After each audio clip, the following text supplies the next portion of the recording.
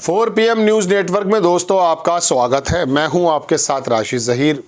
चंद्रचूड़ साहब क्या कोई पुरस्कार की उम्मीद में इस प्रकार का बयान दे रहे हैं? मैं नहीं कह रहा हूं। देश के एक बहुत बड़े पत्रकार संपादक रहे, उन्होंने ये बात कही। क्या हुआ? चंद्रचूड़ साहब पूर्व CJI, उन्होंने कहा कि बोलने की जो आज़ादी है इस पर थोड़ा कंट्रोल होना चाहिए। मेरे शब्दों में सुन लीजिए, ये आज़ादी जो ज़रूरत से ज़्यादा मिल गई है अभिव्यक्ति करने की, इसको कुछ धन्ना सेठ यानी कि जो बड़े बड़े लोग हैं वो इसका दुरुपयोग कर सकते हैं। बोलने की आज़ादी, इसके बारे में उन्होंने कहा। अब अगर बोलने की आज़ादी भी बंद हो रही है, किन लोगों को वो कह रहे हैं, थोड़ा सा इसके अंदर विश्लेषण करने की ज़रूरत है।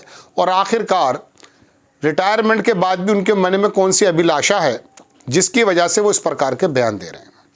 पहली बात तो ये देखिए आप दोस्तों कि बात यह है कि उन्होंने कहा बोलने की आज़ादी, अभिव्यक्ति की आज़ादी ज़रूरत से ज़्यादा है, इसको कंट्रोल करना चाहिए। इसके अंदर कोई ऐसा कानून तो बनाने की कोशिश करती हैं बार बार सरकारें, लेकिन कौन बोल रहा है?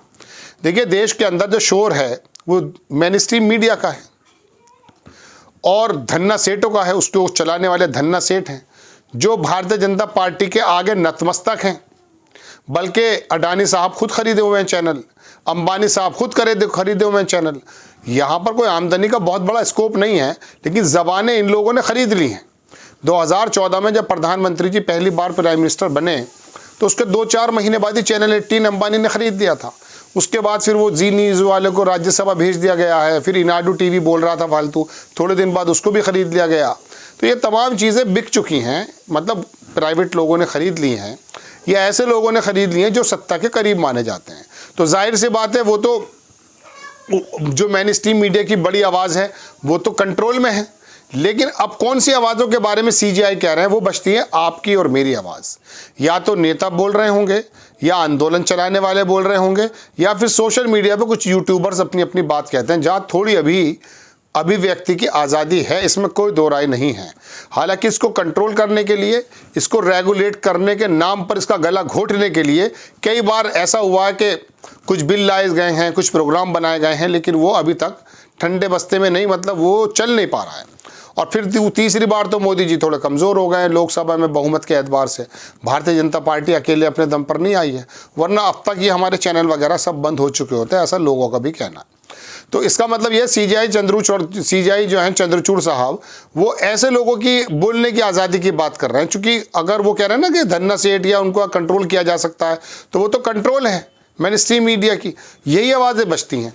अब इनसे अगर उनको दिक्कत है और उनको पता चल रहा है कि उनकी भी भर्त्सना की जा रही है, उनसे भी सवाल किए जा रहे हैं या सरकार से सवाल पूछने का काम करते हैं ज़्यादातर लोग, तो ऐसे लोगों की आवाज़ों को अगर आप बंद करना चाहते हैं तो फिर याद रखिएगा, इतिहास आपको किस प्रकार से याद करेगा ये तो आपके आने वाली नस्लें जानेंगी, कोई भी ना देश के लोग जानेंगे। लेकिन फ़िलहाल भी आपको पता चल गया कि लोगों ने आपके मुताल्लिक किस प्रकार की बातें की हैं। खैर दोस्तों, बात यह है कि अब CJI चंद्रचूड़ साहब की बात को मैंने बता दिया, और मैंने आपको ये भी बता दिया कि साहब जो बड़ी बड़ी आवाज़ें हैं जो शोर मचाती हैं वो सत्ता का किस प्रकार से गुणगान करती हैं। उनके बारे में तो 2 शब्द नहीं कहे आपने बोलने वाले लोगों के बारे में बोल दिया कि वो ज़्यादा बोल रहे हैं। देखिए, अमेरिका, वहाँ पर अभिव्यक्ति की आज़ादी इतनी है कि वहाँ ट्रंप हो या बाइडन या उससे पहले बराक ओबामा, सामने पत्रकार बैठ करके सवाल कर लेता है। आज भी ऐसी कई बार जगह देखा जाता है। और लेकिन प्रधानमंत्री जी की बात यह है कि किसी मीडिया संस्थान के धन्ना सेठ में भी इतनी हिम्मत नहीं हुई कि वो अपने यहाँ के कुछ ज़बान ज़ोर पत्रकार से ये कह दे कि जाके 2 सवाल तो पूछ लो। अच्छा, सामने तो पूछने की इजाज़त मोदी जी ने ही नहीं दी है, स्क्रीन पर भी आकर उन्होंने नहीं पूछे हैं। जितने सवालात पूछते हैं वो विपक्ष के लोगों से पूछते हैं। अब राहुल गांधी अगर किसी जगह के, अगर मिसाल के तौर पर छोटे मोटे अदना कर्मचारी भी होते तो उनसे सवाल करते उनकी जिम्मेदारी का। भाई, चौकीदार तो आप हैं। राहुल गांधी, अखिलेश यादव, ममता बनर्जी थोड़ी ना है। चलिए, ममता बनर्जी बंगाल की हो सकती हैं, तो राहुल गांधी से या अखिलेश यादव से सवाल आप करते हैं बार बार। कल मैं एक जगह बैठा था, वहाँ डिबेट चल रही साहब, वहाँ मायावती के एक बात को लेकर आया गया कि मायावती ने बांग्लादेश के बारे में कुछ कहा है, और उन्होंने कांग्रेस को और जो है जनाबे वाला समाजवादी पार्टी को घेरा है। उनका बयान उन्होंने बताया। मैंने उनसे कहा, मैंने कहा देखिए एक बात सुनिए, कल की घटना 4 इतनी बड़ी हुई हैं। पहली बात तो महाराष्ट्र के अंदर जो मतदान बैलेट से लेकर के मामला बना था, उसको लेकर के एक आंदोलन चला, वो आपने नहीं बताया। आपको ये भी नहीं मालूम कि लोकसभा में राज्यसभा में क्या हंगामा हुआ, वो भी आप नहीं बता रहे। आपने ये भी नहीं मालूम कि अगर उत्तर प्रदेश की आप बात कर रहे हैं कि वहाँ एक जज एक विशेष समुदाय को बोल रहा कि वो कठमुल्ला है और देश जो है बहुसंख्यक समुदाय के मुताबिक चलेगा, ये भी आपने नहीं बताया। आप एक ऐसी खबर जिसकी कोई औचित्य नहीं है, मायावती के शब्दों को आज कोई अर्थ नहीं रह गया। उनके समाज के लोग भी मायावती को बहुत ज़्यादा सीरियस नहीं लेते हैं। उनके शब्दों को आप इसलिए लेकर आए ताकि आप समाजवादी और मायावती का झगड़ा करें। किस एजेंडे पर काम कर रहे हैं आप? तो मुझसे वो बोले कि आप भी हमारा तय करेंगे एजेंडा भी। मैं कहा हाँ बिल्कुल तय करेंगे।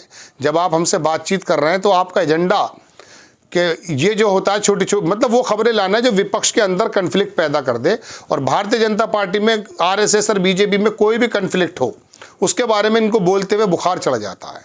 तो दोस्तों बात यह है कि अब अगर ऐसे समय में सोशल मीडिया पे कुछ यूट्यूबर्स हैं अपना काम कर रहे हैं, अगर वो भी आपको बातें ना बताएंगे तो बताइए ये कौन से दर जाएंगे। सीजीआई ने तो कह दिया है कि बोलने की आज़ादी, अमेरिका के अंदर जब इस प्रकार से बोला जाता है तो वो जवाब देता है। आप प्रधानमंत्री जी से ये भी तो कह दीजिए सीजीआई साहब, पूर्व सीजीआई साहब, कि भाई आपको भी जनता के प्रति अकाउंटेबिलिटी दिखानी चाहिए, जाकर के उनके सवालों का जवाब लो। हालांकि ऐसे पत्रकार तो कम बचे हैं जिनकी रीढ़ हो भी। वो वॉल स्ट्रीट जर्नल की एक लड़की ने इस बार से पिछली बार के अमेरिका दौरे में मोदी जी से एक सवाल कर दिया था।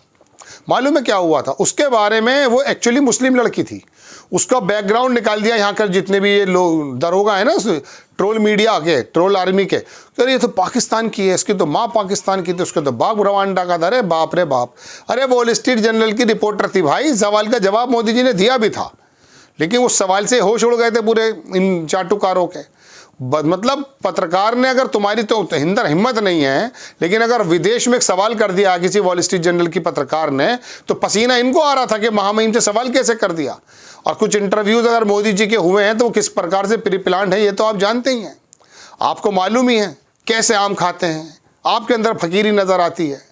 अरे फकीर तू है भाई सबसे बड़ा इस समय जर्नलिज्म के अंदर, तू फकीरी लेकर आ रहा है इस तरह के सवाल पूछ करके। आप क्या खाते हैं? थकते नहीं हैं आप?